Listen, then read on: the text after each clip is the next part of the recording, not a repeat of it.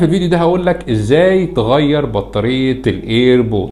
اتكلمت قبل كده عن ازاي تعمل اعادة ضبط مصنع للايربود وبيحل اغلب المشاكل. طيب دلوقتي انا عندي بقى مشكلة مش سوفت وير، المشكلة بقى في الهاردوير نفسه. لو في عندك الامكانية ان انت تقدر تعمل معاه الخطوات دي تمام، ما تقدرش هتديها الفني، ولكن المشكلة الهاردوير بتكون ايه؟ بتكون البطارية ما بقتش مثلا بعد استخدام سنة او سنتين ما بقتش تقعد زي الاول نتيجة للشحن الخاطئ اللي هو انا بوصلها على شحن اعلى من 1 امبير زي ما نبهنا قبل كده، وكل الشركات بقت تكتب دلوقتي على المنتجات. ايا كان السبب اللي ادى لتلف البطارية بتاعة الايربود، ففي الفيديو ده هقول لك ازاي تغير بطارية الايربود. موضوع بسيط جدا، وانا اشتريت قطعة الغيار دي اللي هي بطارية للايربود، سعرها رخيص وكويس وتغييرها سهل. تعال نشوف مع بعض. اول حاجة بنفتح السماعة بالشكل ده، بنلفها بشكل عكسي، يعني اللي تحت دي بنزقها لقدام كده، اما اللي فوق بنرجعها لورا عليا. نشوف مع بعض، يعني هزق كده قدام وورا، بص لفة كده دي لتحت ودي